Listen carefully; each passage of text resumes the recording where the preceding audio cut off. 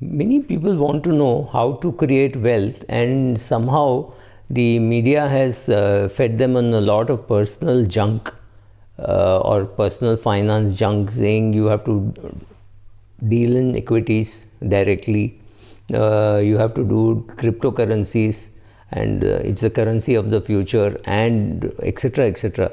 So let me, with a little help from Morning Star and all that I have read, let me tell you what is the wealth creation journey.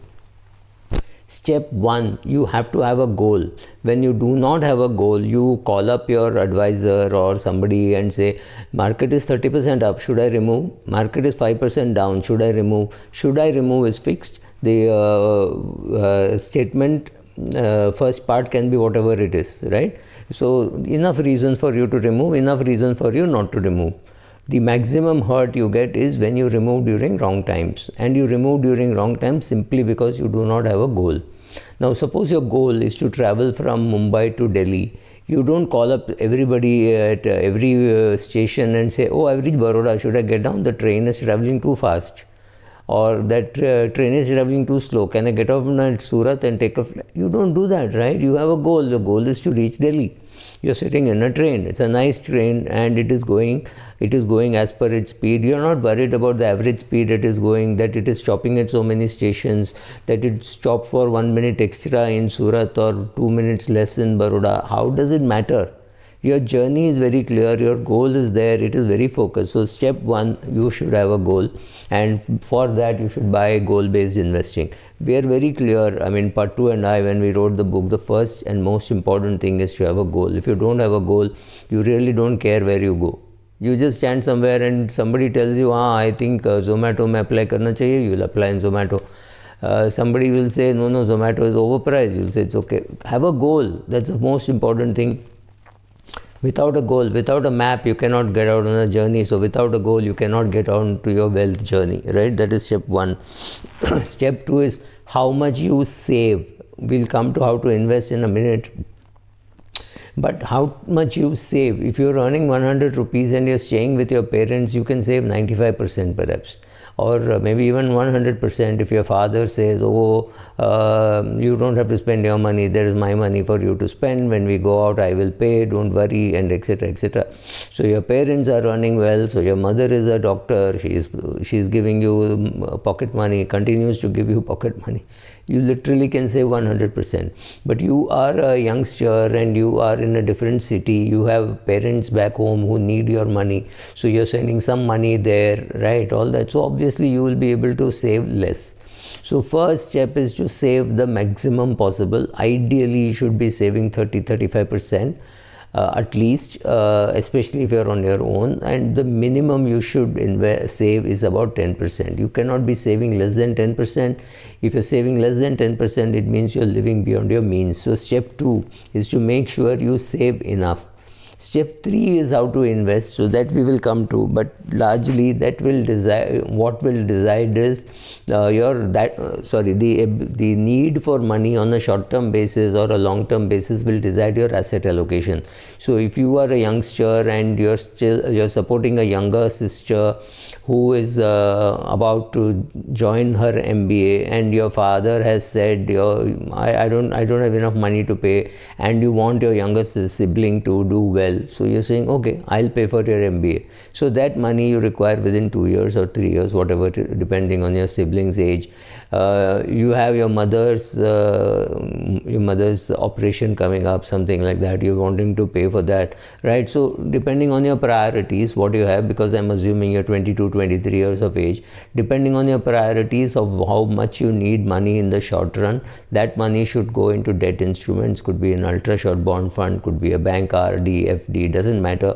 In fact, if it is for your mother, best is to give the money to your mother and ask her to put it in an RD, because the interest gets taxed in her hand. You don't have to worry about clubbing. You're a major, and minor giving money to the parent also doesn't really, you have earning, give it to your mother, let her keep it in an FD, let her keep it at an RD, and that money will be useful for her operation. So that's perfectly all right, right?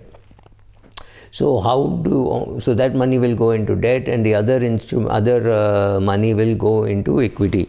So that you now learned how to, you made a goal, you have you're saving enough, or what do you think is enough, and now it comes your asset allocation. So all the money that you don't require in debt can go into equity. So understand your requirement. Like I said, if there is a girl who is staying with parents, both parents are earning, she's the sole grandchild on both sides, so she's got 50 crores of net worth, obviously she will be able to invest every rupee that she earns, right? Whereas somebody who is supporting a family, it's a young guy who has come from the village, staying in Mumbai, paying rent, eating out, obviously the ability to save and invest is dramatically reduced. So on this you will depend, will your asset allocation depend. If you have a financial advisor, tell that financial advisor, my asset allocation depends on my willingness to take risk, ability to take risk, and need to take risk. All three have to match. Right now my ability to take risk is limited because I have all these expenses, therefore this much money should go into debt.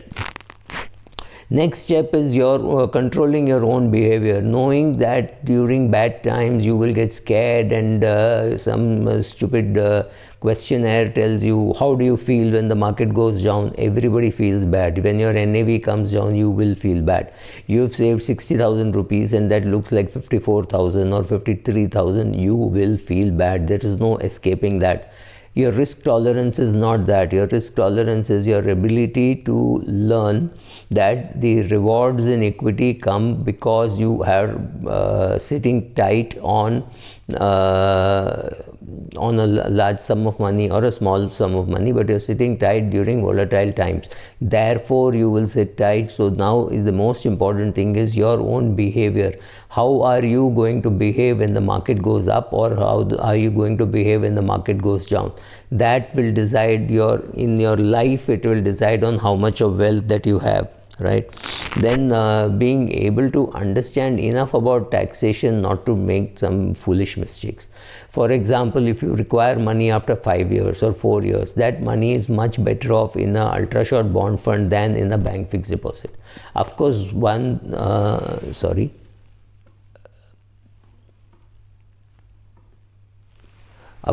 thing that you can do is make sure that your investment for your parents are in your parents' name so that they pay less tax.